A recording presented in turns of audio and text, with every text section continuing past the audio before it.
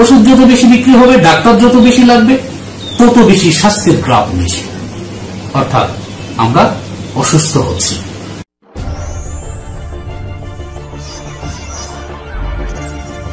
আসসালামু আলাইকুম সুধী দর্শক, আমি doctor M Ali, health specialist and nutritionist. বাংলাদেশের ইতিহাসে চিকিৎসা বিজ্ঞানের যে ধারাগুলো নেমে আসছিল, এটা একটা খুবই বেদনাদায়ক ধারাগুলো নেমে আসছে। একটা জিনিস আমি আপনাদের বলতে চাই যে যেখানে আমরা হেলথ নিয়ে কাজ করি, মানে হেলথ নিয়ে আমাদের দেশটা কি অবস্থায় আছে একটু পরিসংখ্যান দিতে চাই। তার আগে বলতে চাই হেলথটা কি জিনিস, মানে স্বাস্থ্যটা কি জিনিস আমরা অনেকেই জানি না। স্বাস্থ্য খুবই একটা সিম্পল শব্দ, সেটি হচ্ছে সুস্থ থাকা। হ্যাঁ, সুস্থ থাকতে পারলেই স্বাস্থ্য ডিটেক্ট করা যাবে। কিন্তু সুস্থতা কি? সুস্থ হচ্ছে একটা মানুষ ওষুধবিহীন ভাবে কর্মঠ, এনার্জেটিক, একেবারে কষ্টবিহীন জীবনযাপন, সুখী জীবনযাপন করা, এই সবকিছু মিলে একটা সুস্থ। এবং সুস্থতা মানসিকভাবে মানে ভালো থাকা, শারীরিকভাবে ভালো থাকা, সামাজিকভাবে ভালো থাকা, সবকিছু মিলে একটা সুন্দর জীবনযাপন করা, এবং সেটা ওষুধ দিয়ে সাপোর্ট নিয়ে নয়। কেউ যদি আমরা মনে করি যে ধরুন যে আমার গ্যাস হয়, অ্যাসিডিটি হয়, অ্যাসিডিটির ওষুধ খাই, তো ওষুধবিহীন টেকনোলজিগুলো হচ্ছে এটা যুগান্তকারী টেকনোলজি। এই টেকনোলজির জন্য লাইফস্টাইল এবং ফুডস মানে ডায়েট একেবারে মারাত্মক একটা বিষয়। আমরা আসলে কতটা সুস্থ আছি এর একটা ডাটা দিতে চাই। আজ থেকে 50 বছর আগে আমাদের দেশে এত ক্লিনিক ছিল না, এত ফার্মেসিও ছিল না, ওষুধ এবং এত কোম্পানিও ছিল না। আজ থেকে 100 বছর আগে আরো একেবারেই ওষুধ ছিলই না বলা যেতে পারে। 200 বছর আগে একেবারে কবিরাজি কিছু গাছগাছরা ছাড়া কিছু ছিল না। তো তখন মানুষ কিন্তু বেশি দিন বেঁচেছে, অনেক কর্মঠ, এবং মানুষ অনেক হেঁটে যেতে পারত, মানে 40 মাইল, 13 মাইল, এরকম মাইলকে মাইল হাঁটতে পারত, এবং কাঁধে করে জিনিস নিয়ে যেতে হতো, হেঁটে হেঁটে সব জায়গায় সফর করতে হতো। এবং তখন মানুষ ছিল খুবই এনার্জেটিক, এবং ওষুধ ছিল না। তারা ডিপেন্ড করতো শুধুমাত্র খাদ্যের উপরে, আর লাইফস্টাইল বলতে তো কাজ করতে হতো। তো তখনকার মানুষের এই লাইফস্টাইলটা দীর্ঘায়ু হওয়ার পিছনে যে গোপন সিক্রেট ফ্যাক্টর, সেটি হচ্ছে খাদ্য। তারা ভেজালবিহীন খাদ্য এবং সুষম খাদ্য খেতেন, এবং তাদের লাইফস্টাইলটা ভালো ছিল। আজকের যুগে আমরা কি ভালো আছি? আমরা যদি পরিসংখ্যান নেই যে আমাদের স্বাস্থ্যটা কেমন আছে, গ্রাফটা কেমন, যে দেশে যে জাতির জন্য ওষুধ এবং ক্লিনিক এবং ডাক্তার বেশি লাগে। এক ওষুধের কথাই বলি যে প্রত্যেক বছর আমাদের ফার্মাসিউটিক্যাল কোম্পানিগুলো বিশাল একটা গ্রোথে ওষুধ বিক্রি করে। ধরুন এবছর হয়তো $20 বিলিয়ন বিক্রি করলো, পরের বছর সেটা $25 বিলিয়ন। অর্থাৎ সেল গ্রোথ হচ্ছে, সেলসের ট্রেন্ডসটা গ্রোথ হচ্ছে, মানে উপর দিকে যাচ্ছে। যে দেশে ওষুধ বিক্রি হয়, ওষুধের গ্রোথ উপরের দিকে, মানে প্রচুর ওষুধ খেতে হয়, সে দেশে যদি স্বাস্থ্যের গ্রাফটা দেখি, সেটা কি উপর দিকে না নিচের দিকে? ওষুধ যত বেশি বিক্রি হবে, ডাক্তার যত বেশি লাগবে, তত বেশি স্বাস্থ্যের গ্রাফ নিচে, অর্থাৎ আমরা অসুস্থ হচ্ছি। আজকের এখন 100 বছর তো প্রশ্নই ওঠে না জাপানিদের মতো, বা 120 বছর, 30 বছর। এই আমার কাছে অনেক পেশেন্ট আছে যারা সেক্সুয়ালি বা যে সাইকোলজিক্যাল হেলথ বিভিন্ন ধরনের সমস্যা নিয়ে 20 বছরই আসে, 15 বছরই আসে, 30 বছরই আসে, যে সময় কোনো রোগের কথাই থাকার কথা নয়। তার মানে কি হচ্ছে? স্বাস্থ্যের অবস্থা খুবই ডেটোরেট করেছে, এবং 60 বছর তো এখন বাঁচাই মুশকিল, বা এর মধ্যে তো কয়েক দফা অসুস্থ হয়ে ওষুধ এক গাঁদা খেয়ে একেবারে কোনো মতে এই লাইফ চেসিসটা নিয়ে যাওয়া আর কি। কিন্তু চেসিসের বলে বা দেহের যে ক্ষমতা, সেটার বলে এটা ইম্পসিবল বর্তমানে। এটা মেজরিটি অফ পিপলের ক্ষেত্রে। কিন্তু আমরা যদি জাপানের কথা চিন্তা করি, আমরা যদি চীনের কথা চিন্তা করি, তখন কিন্তু এটা সম্ভব। ওষুধবিহীন কিভাবে সুস্থ থাকা যায়, এবং এই বিষয়টা যদি কোনো ডক্টর বা কোনো ফিজিশিয়ান বা কোনো নির্দেশক এটাকে নির্দেশনা করে, he is the best guide for nation, he is the best friend of for this nation. এই জাতির জন্য একটা বড় বন্ধু সে। তিনি কেন বন্ধু? কারণ ওষুধ একটা বিষাক্ত জিনিস, একটি রোগের জন্য খাওয়া হয়, অনেকগুলো রোগ বেঁধে যায়। তা আমি খুবই কৃতজ্ঞ ডক্টর জাহাঙ্গীর কবিরের কাছে যে উনি ওষুধবিহীন জীবনযাপন করার জন্য, লাইফস্টাইল মডিফাই করার জন্য অনেকগুলো ভিডিও ছেড়েছেন। এই অসুস্থ জাতি, এই নিগৃহীত জাতির ওষুধের উপরে নির্বাহ জীবন যায় যায়, এই জাতিকে এই প্রেজেন্টেশনটা একটা অদ্বিতীয়, একটা অমেয় হিসাবে, আবে হায়াত হিসাবে মানে নাজির হয়েছেন উনি। জাতি এর প্রতিদান হিসাবে কিছু দিতে পারবে না। যারা এই লাইফস্টাইল এবং ফুড থেকে উপকৃত হচ্ছেন এবং হয় স্বাভাবিক, কারণ উন্নত বিশ্বে ড্রাগসের উপর ডিপেন্ড করে না, ডিপেন্ড করে হচ্ছে ফুডস এবং নিউট্রিশনের উপরে, পুষ্টির উপরে, লাইফস্টাইলের উপরে, যাতে করে ইমিউন সিস্টেমটা ভালো থাকে। ওষুধ কখনো ইমিউন সিস্টেম বাড়ায় না, বরং কমায়। ফুডস এবং লাইফস্টাইল আপনার ইমিউন সিস্টেমটাকে আপলিফট করে, ফলে এটার উপর ডিপেন্ড করা যায়। ডক্টর জাহাঙ্গীর কবির কাছে কৃতজ্ঞ যে ইমিউন সিস্টেম নিয়ে উনি কথা বলেছেন এবং ইমিউনিটি বাড়াবার যে বেশ কিছু তরিকা উনি বলেছেন। তো এটা আপনারা লুফে নেবেন আমি আশা করছি, এবং জাতি যদি সিম্পলি এটা ফলো করে তাহলে আমাদের স্ট্রেসগুলো ডিলিট হয়ে যাবে এবং সুন্দর মেন্টালি হেলদি থাকা সম্ভব। এর জন্য কোনো ড্রাগস দরকার নেই, কোনো ড্রাগস দরকার হবে না। ড্রাগস দিয়ে সাইড ইফেক্টে ভরানো এবং জীবনটাকে শেষ করার কোন প্রয়োজন হবে না, যদি জাতি এটাকে সুষ্ঠুভাবে গ্রহণ করে। না করলে তাদের সেই দুর্ভাগা জাতি কপাল পোড়া দিলেন। এবং তখন আমাদের জন্য, আমরা যারা অল্টারনেটিভ চিকিৎসা মানে বিজ্ঞানে প্র্যাকটিস করি, তাদের জন্য সুবিধা হয়ে গেল। সুস্থ খাদ্য ব্যবস্থাপনা দরকার।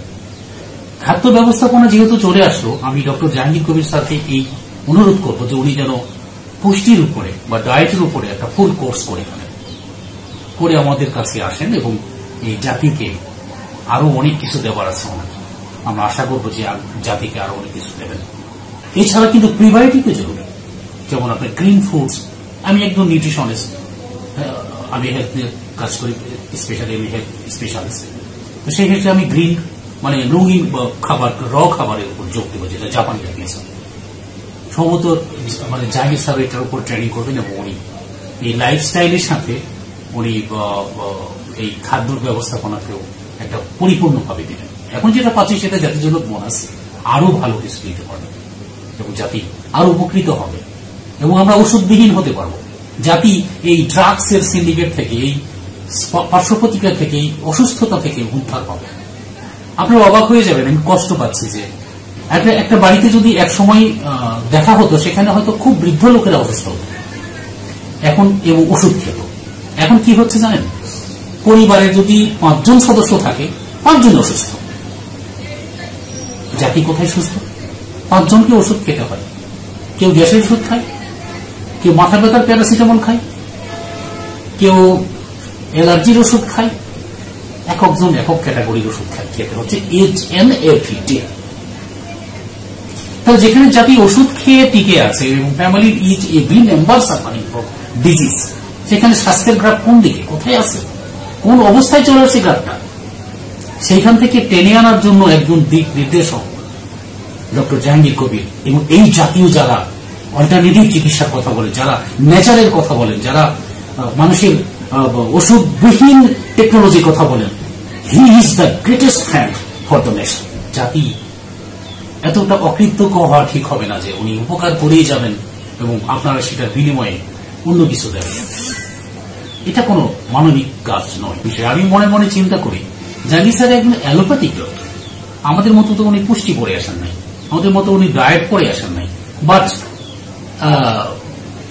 অগোচরে বলে যাচ্ছেন স্পিরুলিনা কথা, অর্থাৎ খাদ্যের কথা। তো ভালো লাগে।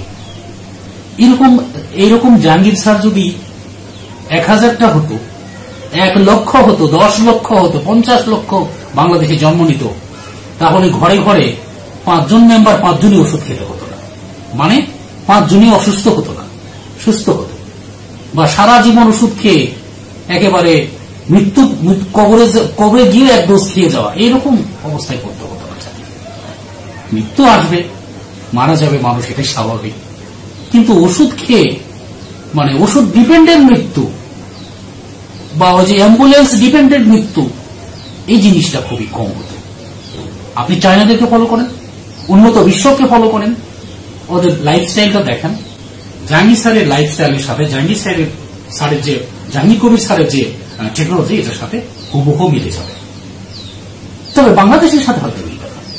আপনারা যারা উপকার পাচ্ছেন তাদের সাথে তো মিলে যাবে, অবশ্যই মিলে যাবে।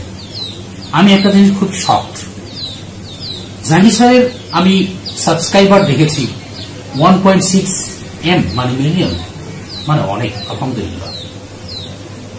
কয়েকদিন আগে ওনার একটা বিপদ, মানে ওনাকে থামিয়ে দেওয়ার অনেকগুলো টেকনোলজি চলছে। এটা চলবেই, স্বাভাবিক। যে কোনো দেশেই যারা স্বাধীনতা আনে তাদের বিরুদ্ধে দাঁড়াবে মানুষ। তো সেখানকার একটা স্বাধীনতা উনি আনছিলেন, কারণ উনি রেভলিউশনের কথা বলেছেন। Yes, it is a revolution. এটা স্রোতের বিপরীতে ওনার উপর যে বিপদ আপদগুলো আসছে, এটা আসবেই। আপনাদের উচিত ছিল, আমাদের জাতি হিসেবে উচিত ওনার পাশে দাঁড়ানো, সমস্ত শক্তি দিয়ে পাশে দাঁড়ানো, যেন আরো লক্ষ লক্ষ জাহাঙ্গীর কবি জন্ম নেয়, লক্ষ লক্ষ মানুষ অসুস্থ হয়ে বিছানায় না কাতরাতে হয়, অকর্মণ্য হয়ে, কর্মবিহীন হয়ে থাকা, ফিজিক্যাল ডিসেবল হয়ে না থাকতে হয়। আজকে চায়নার পার হেড ক্যাপাবিলিটি অনেক বেশি। কেন? 100 বছর তো কাজই করে তারা, বুড়ো হয় না। জাপান বুড়ো হয় না, অনেক সময় লাগে। আমাদের তো 30 বছর বুড়ো হয়ে গেল।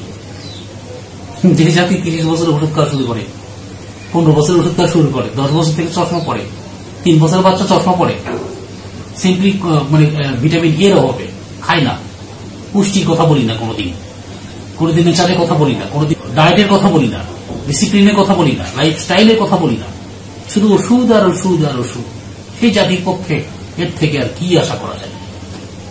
সেই স্রোতের বিপরীতে জাহাঙ্গীর কবির স্যার আমার প্রাণের স্যার একজন।